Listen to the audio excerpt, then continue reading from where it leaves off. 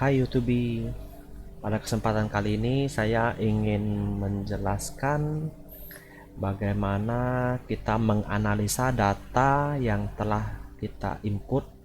Terkadang kita ingin sekali melihat secara keseluruhan data-data yang telah ada, data siswa dalam hal ini.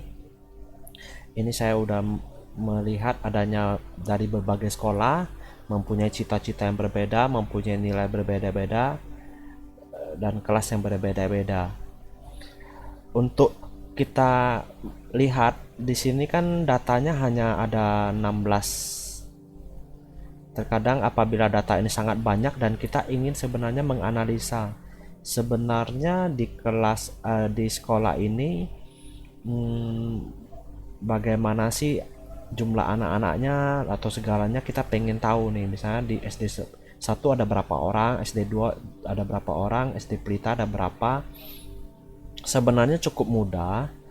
Caranya adalah kita pilih aja ya di dalam tabel ini, di mana saja di antara tabel ini. Contohnya di baris D aja, atau di kolom cita-cita ini, atau di kolom nilai. Contoh aja ya di sini ya, cita-cita ya. Misalnya kita ke bagian home, ada insert, kita ke pivot table. Nah, pivot table ini bisa lihat nih, ada baris titik-titik ini ya, yang bergerak-gerak ini ya, otomatis memilih semua tabel yang ada di dalam ini apa, sel-sel ini. Berarti otomatis satu tabel ini akan terpilih secara otomatis. Dan di sini ada range-nya, ini kita bisa pilih juga. Sebenarnya di sini kita, karena di otomatis, kita juga bisa milih di sini. Langsung kita bisa pilih di sini. Dia akan otomatis berubah. Ya, tabelnya kita bisa pilih di sini. Tapi umumnya sih nggak perlu ya. Umumnya kita langsung pivot table, langsung otomatis aja dia akan ikut seperti itu. Dan kita bisa pilih di sini ada namanya new worksheet, artinya di sheet baru, atau existing worksheet. Umumnya sih kita bikin worksheet baru ya, karena kita ingin melihat secara jelas. Contohnya di sini worksheet, oke aja. Nah, di sini ada pivot table. Ini ada pivot table field. Ini ada filter, kolom, baris, dan value. Nah, di sini adalah sesuai dengan header yang ada tadi, yang ada di sini nih. Ini akan sesuai nih. Tabel fieldnya ini ya, fieldnya di sini akan sama dengan yang di sini. Nah, jadi di dalam ini kan ada nomor. Apabila kita nggak mau pilih ya kita jangan pilih seperti yang tadi. Berarti kita contoh aja, kita ingin melihat jumlah anak-anak, berarti kita mau lihat aja ya sekolahnya ya. Kita ke baris, berarti otomatis di bagian baris. Di bagian baris ini. Misalnya kelas kita mau bikin di kolom, berarti di bagian kolom kita tarik. Nah, otomatis akan muncul angka-angka di dalam ini yang seperti apa ya. Kita bisa aja misalnya tarik nilainya misalnya ke dalam sini. Berarti dari kolom ini ada kelas 1, kelas 2, dan kelas 3. Di sini bisa kita lihat ya, kolomnya dia ada SD Pelita kelas 1 70, 167, dan 3. Artinya di SD Pelita kelas 1 total nilainya adalah 70, total kelas 2 adalah 167, dan total kelas 3 nggak ada karena nggak ada anak yang kelas 3.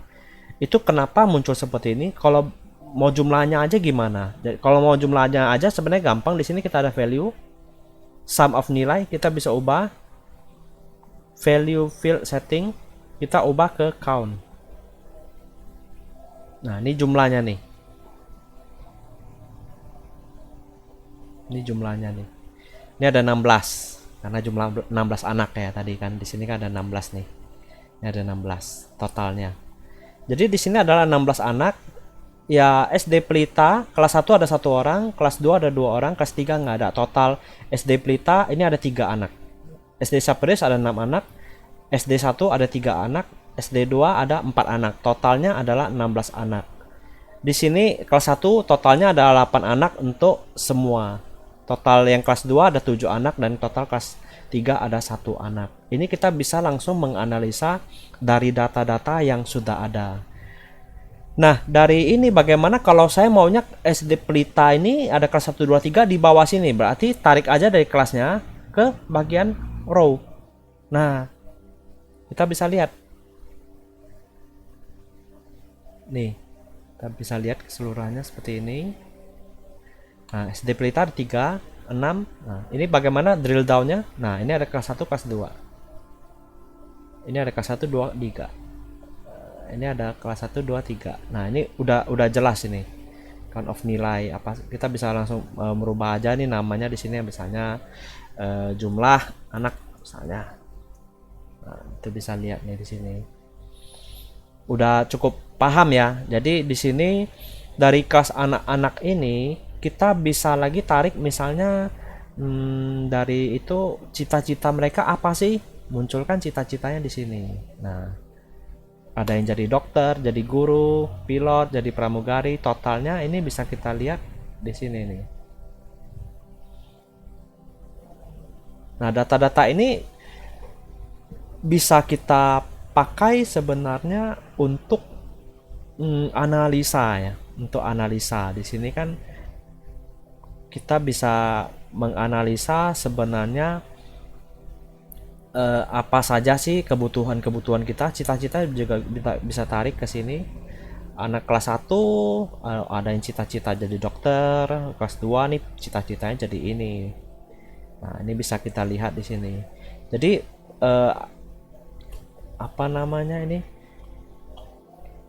Pengaturan ya, pengaturan dari baris kolom ini sesuai dengan keinginan kita. Kita bisa tarik dan bisa kita keluarkan di sini. Kalau misal kita nggak mau nih, langsung aja tarik buang. Ini tarik langsung buang aja. Itu bisa langsung ketahuan. Di sini kita bisa langsung copy di sini. Kita bisa buat sheet baru. Kita bisa aja timpa di sini, kita paste di sini.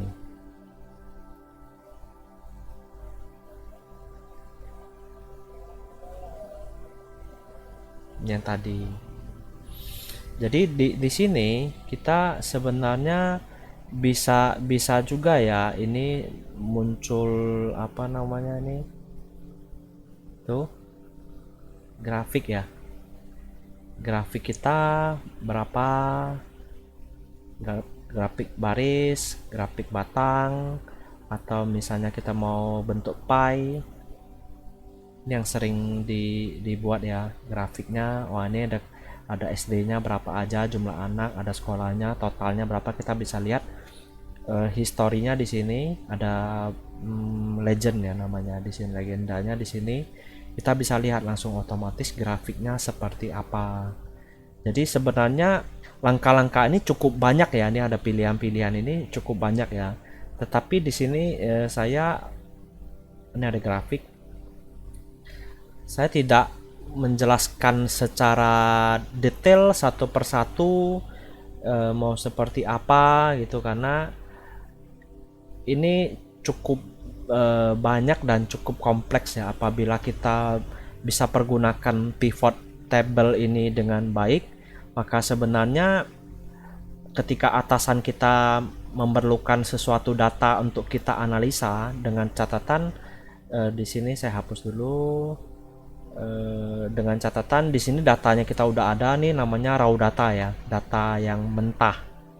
Data mentah ini ketika kita punya data mentah ini, kita bisa langsung menganalisa, kita melihat, kita analisa, dan kita laporkan grafik ini harian, bulanan, mingguan, atau tahunan kepada atasan kita. Kita bisa langsung mengatakan jumlah-jumlah ini berapa. Kita bisa langsung menunjukkan hal ini kepada atasan kita langsung. Jadi cukup gampang ya kalau menurut saya sendiri. Ini kita bisa lihat sebenarnya cukup gampang sekali untuk kita pakai dan kita tunjukkan kepada atasan kita, dan kita nggak perlu repot ya untuk ibaratnya mengambil kertas kalkulator atau kita coret-coret dulu di mana, tetapi langsung bisa kita analisa bentuk tabel, bentuk analisa data, bentuk grafik. Kita bisa langsung di bagian ini insert. Di bagian insert ini udah otomatis bisa kita pakai, jadi nggak perlu analisa secara mendalam ya, secara garis besarnya aja udah bisa kelihatan. Oke, kira-kira memahamin. Sekian dari saya, terima kasih, bye bye.